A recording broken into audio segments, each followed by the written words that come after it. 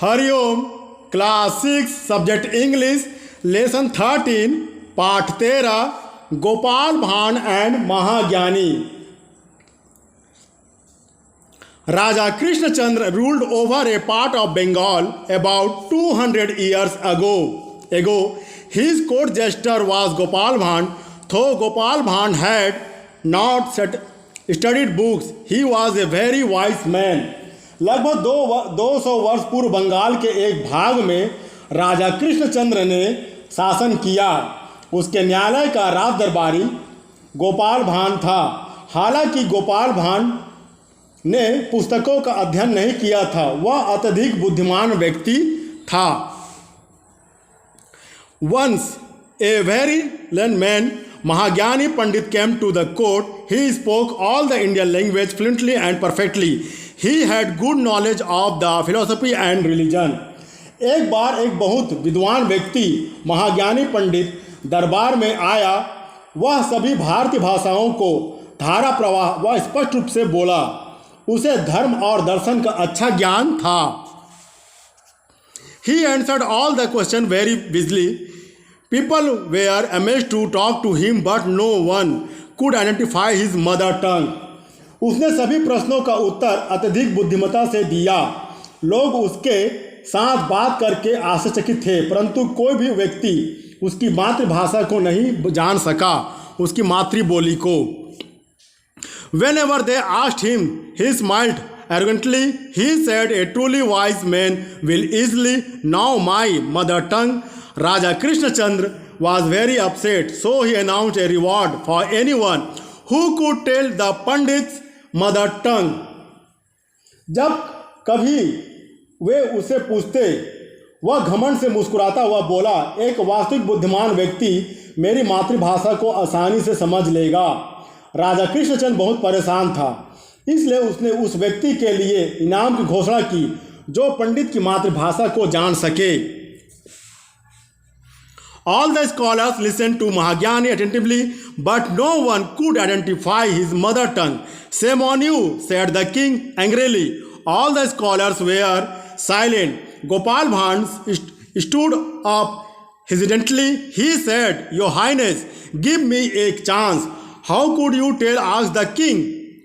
"Your Highness, I won't talk. He will tell you himself," answered Gopal Bhand. सभी विद्वानों ने महाज्ञानी को ध्यान से सुने, लेकिन कोई भी उसकी मातृभाषा को नहीं समझ सका। तुम्हें शर्म आना चाहिए, राजा ने क्रोध से कहा। सभी विद्वान शांत थे। गोपाल भांड हिचकते हुए उठ खड़ा हुआ। उसने कहा, श्रीमान, मुझे एक मौका दे। तुम कैसे कह सकते हो? राजा ने पूछा। श्रीमान, मैं नहीं बोलूँगा, वह स्वयं अपने आप से कहेगा, गोपाल भांड ने उत्तर दिया। The next morning, the king was walking in his garden. Gopal Bhand ran up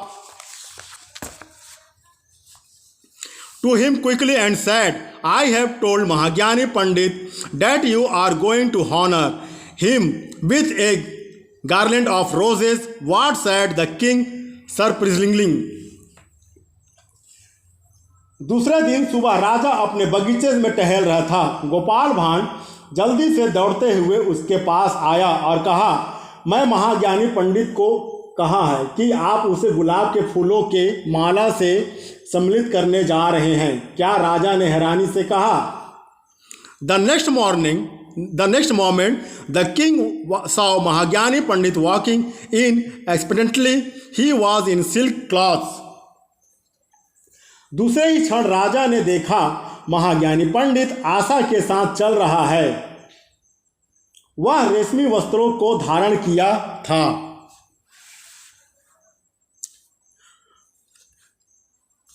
Gopal भांड hid himself behind the hedge. As soon as the Pandit came near the hedge, he put his leg out and tripped. The Mahagyani Pandit fell down on the freshly watered ground. He sat up and shouted at Gopal Bhand in his mother tongue. Gopal भांड स्वयं झाड़ियों के पीछे छुपा हुआ था, छिप गया। जैसे ही पंडित झाड़ियों के समीप आया, उसने अपने पैर को बाहर की ओर करते हुए पंडित को गिरा दिया।